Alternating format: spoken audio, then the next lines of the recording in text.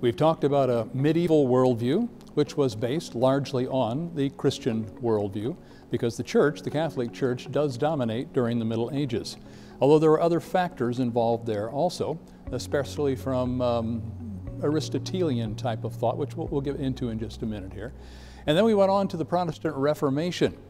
And the Protestant Reformation, again, was a biblical worldview, a Christian worldview, but obviously coming at it from a little different way than the Catholic Church did during the Middle Ages. And even among the Protestants, there's differences of opinion. And they could not agree on theology quite often. And I kind of left you with kind of a sad comment, really, at the end of the last session. Christians had a hard time getting along together, and they actually persecuted one another. Now, it happens Catholic to Protestant. It even happens in the Protestant Reformation, where certain groups are persecuted by other groups. So it kind of leads us into a sad kind of a state of affairs, because we do not have a unified Christian way of understanding everything. And as we get into the next particular worldview, I think we're going to see that it also has a basis in a Christian worldview, although many people would dispute that. So what do I want to talk about? I want to talk about the scientific revolution and what that really was. I think there's a lot of misunderstanding about the scientific revolution. That probably stems from what comes after it, which we'll talk about next, which is the Enlightenment Era. Because the Enlightenment Era was a time where they tried to take the scientific revolution and popularize it for people. But they often did so, or at least many of the people in the Enlightenment Era, from a more anti-Christian way of looking at things. But the scientific revolution itself was not really anti-Christian. In fact, there was a professor of science by the name of Herbert Butterfield who wrote a book called The Origins of Modern Science. And Butterfield seems to understand how the two connect, how the Christian faith and science really do. Now, what he starts off saying in this book, he says, in this whole medieval picture of the universe that we talked about previously, there is more of Aristotle than of Christianity. It was the authority of Aristotle and his successors, according to Butterfield, which was responsible even for those features of this teaching which might seem to us to carry something of an ecclesiastical flavor. Because if you think back, there's this whole view of the universe that everything just kind of goes in spheres and kind of is hierarchical from the earth all the way up to the heavens, which is a more Aristotelian, more Greek way of understanding things. A Ptolemaic universe is actually what we called it back then. Now, what I'm trying to say here is that modern science really is built on a biblical worldview that draws a clear distinction between the creator and the created. You see, in some areas of the world with different philosophies, let's say in the East, Hinduism and so forth, what we have is a more pantheistic way of looking at things, where there is no clear distinction between the creator and the created, because what they try to enunciate is that the creator is actually just part of the creation, and in fact not really a creator in the same sense as understood in a biblical tradition. So the biblical worldview knows that there's a difference between the one who created and what he created. So there is that distinction. Therefore, what you need to do, if you're a Christian and you look at it that way, is to study what they would call the works of God. What is it that he has created? That's what's most important. So there was some dismantling of the medieval science that had to take place during this time, and it's not because of people being just totally rationalistic. It's because they're getting a different perspective even from their Christian worldview. They're going to look into things and they're going to challenge what medieval science was saying. We can start with a man by the name of Nicholas Copernicus, who lived in the 15th and 16th century, bled over into the 16th. And Nicholas Copernicus wrote one of the key books during this time on the revolutions of the heavenly spheres. Notice it's published the very same year that he died.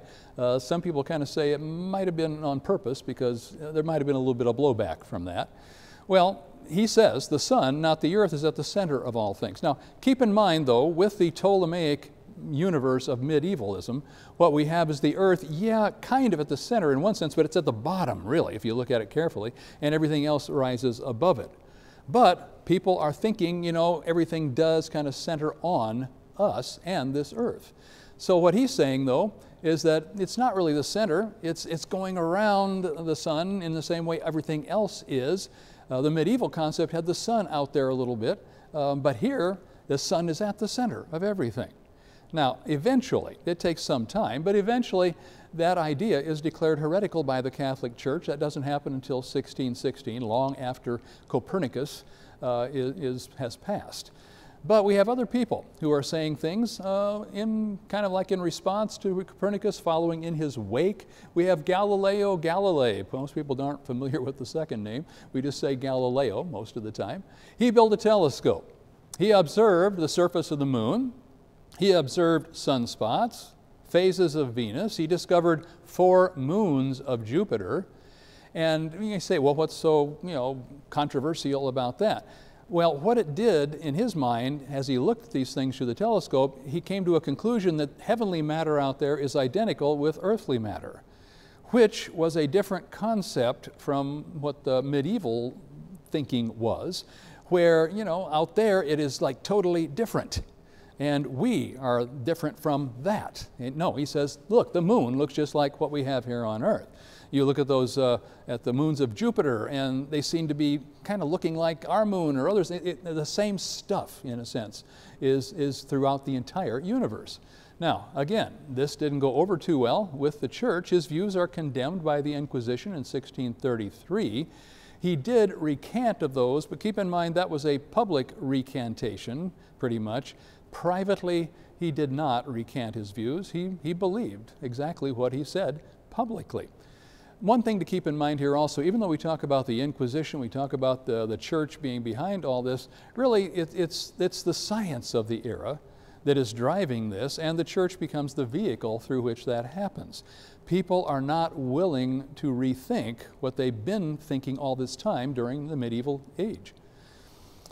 Then we have the Protestant Reformation getting involved with this, with a man by the name of Johannes Kepler from what we now call Germany. Kepler is a devout Lutheran, and he is also a scientist, and he gives us something rather interesting here when he digs into the laws of the universe. And he says, look, the planetary motion is different from what you think it is. In medieval science, what they would say is that everything is in perfect circles, everything goes around spheres like that.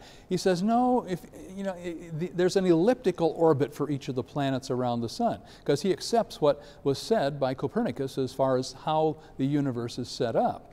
So he discovers through his research what we call the laws of planetary motion.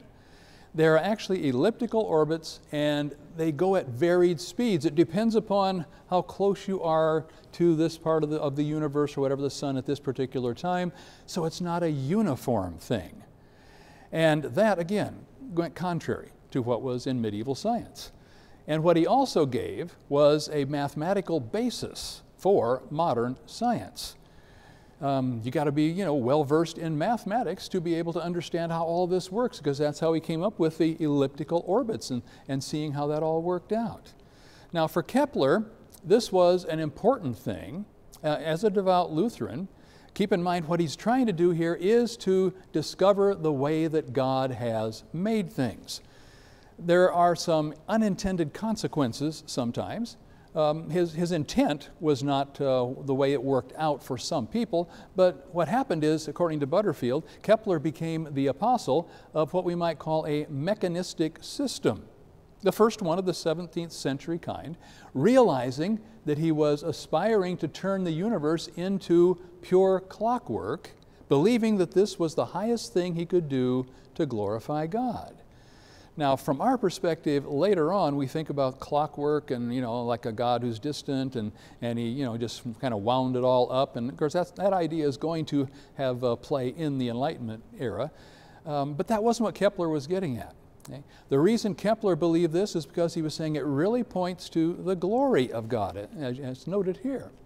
So, as Butterfield says, not only was there in some of the intellectual leaders a great aspiration to demonstrate that the universe ran like a piece of clockwork, but this was itself initially a religious aspiration. In other words, it's not a secular thing to say that there are laws out there, that things operate by these laws. Why not? because God is the one who created these laws. Now, some people can take that a certain way and say, well, and what's the use of God? And just kind of dismiss him. But that wasn't, again, what Kepler was after, and it's not what most of the scientists of this era really believed during this time. It was felt, according to Butterfield again, that there would be something defective in creation itself, something not quite worthy of God, unless the whole system of the universe could be shown to be interlocking, so that it carried the pattern of reasonableness and orderliness. Because from their perspective, God is a reasonable God. God is an orderly God. And so naturally, he's going to create a universe that reflects who he is. So even though we might call it mechanistic at this time, that was not the goal of these scientists. They were trying to point to the fact that God is the real creator. And he made things in a certain way because it reflects who he actually is. Butterfield goes on to say, though, both the Protestant Kepler and the Roman Catholic Galileo ventured into the realms of theology by addressing their co-religionists and attempting to show them that the Copernican system was consistent with a fair interpretation of the words of Scripture. Meaning, look, we're not coming up with something here that is contrary to Scripture. What we're showing you is how God did it. And that's all that science does. It says how something happens. It doesn't get into anything deeper than that if it's genuine science. Again, Butterfield says in the long run it was Protestantism which had an elasticity that enabled it to make alliance with the scientific and rationalist movements. That process greatly altered the character of Protestantism, changed it into the more liberalizing movement of modern times. Now, not misunderstanding liberalizing, words are used in different ways. It doesn't mean that the Protestants, gave up on the authority of Scripture or anything like that. It didn't mean just because they could make alliance with a rationalist way of thinking that was somehow denying Scripture, because God gave man the ability to reason. God gave man the ability to dig into what has been created and to figure out how it works. And that's primarily what they were trying to accomplish here. And it's in Protestantism where it actually makes more leaps forward. Now, we know that Galileo was Catholic, Copernicus was Catholic, but then Kepler was Lutheran, and a lot of other Protestants get involved in research and science at this particular time, because there's not going to be an inquisition within the Protestant world, and therefore there's more of an openness to actually discover these things. We can actually look at people like, let's say, Robert Boyle. Robert Boyle was an English scientist, and you might be familiar with something called Boyle's Law.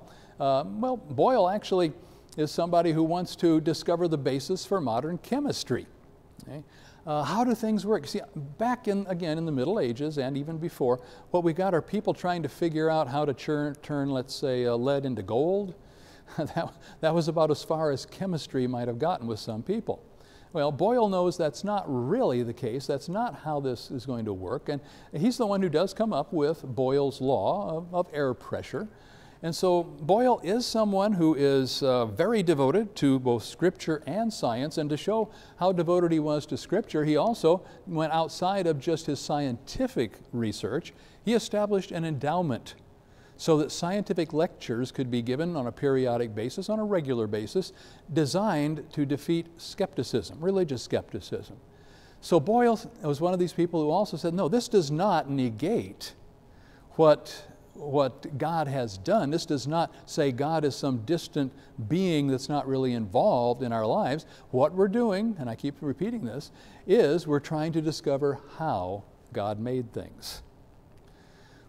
We can also look at the man who might be considered, well, the giant of the scientific revolution, which is Isaac Newton. Now, Newton's religious views, there's different opinions on that. He might have actually been closer to more Unitarian points of view, perhaps. But he is somebody who has great respect for the Bible.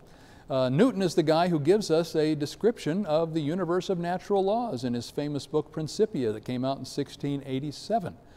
That is the one that shows us how everything works together with the principle of gravity and so forth. He probably didn't sit under a tree and had an apple fall on his head, so we don't have to worry about that part. Okay? But Newton also was a student of the Bible. Now, again, what did he focus on? He focused on biblical prophecy. He ended up writing more about the Bible than he did about science, and not too many people know that. Now, Newton himself, even though he's the one who talks about this universe of natural laws, had a few qualms about what he was actually giving people here. According to Butterfield, again, said Newton felt that the whole clockwork concept, the mechanistic, shall we say, was in danger of making God superfluous, a nice big word that means unnecessary. It says superfluous once the universe had been given a start. So, I mean, why do you need God? Well, yeah, he started it off, but he's not all that important after that. Okay? If earlier in the century, Butterfield continues, religious men had hankered after a mathematically interlocking universe to justify the rationality and self-consistency of God before the end of the century, their successors were beginning to be nervous because they saw the mechanism possibly becoming too self-complete. And apparently Newton was one of those people. He was concerned that even what he had discovered might make people think wrongly and dismiss God's, very central role to everything, even in daily life. Francis Schaefer, who I've mentioned quite often as a Christian apologist, had some concerns about what came out of the scientific revolution. And of course, what he's talking about basically in his book, Escape from Reason, which is a small book, but very, very important. Schaefer says, look, the early scientists believed in the uniformity of natural causes. What they did not believe in was the uniformity of natural causes in a closed system. That little phrase, closed system, makes all the difference in the world.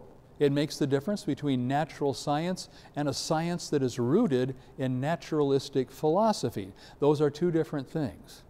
There's natural science, but then there's a naturalistic philosophy that turns everything into nature. Nature is the answer to everything. You don't necessarily need God. The system is closed. God is not allowed in to this system. There's nothing from the outside that's ever going to change the way it's set up. No such things as miracles, things like that. Schaefer goes on to say it's important to notice that this is not a failing of science as science. Rather, that the uniformity of natural causes in a closed system has become the dominant philosophy among scientists. That was Schaefer's concern. And of course, with the benefit of history, we can look and see what happened next after the scientific revolution. And we do have, like I already have mentioned, the period of the Enlightenment that is going to start taking this mechanistic view, going to start taking the idea that maybe God is outside of all this and not really all that important to it, and kind of lift up human reason above where it maybe ought to be. And that's where we'll go next.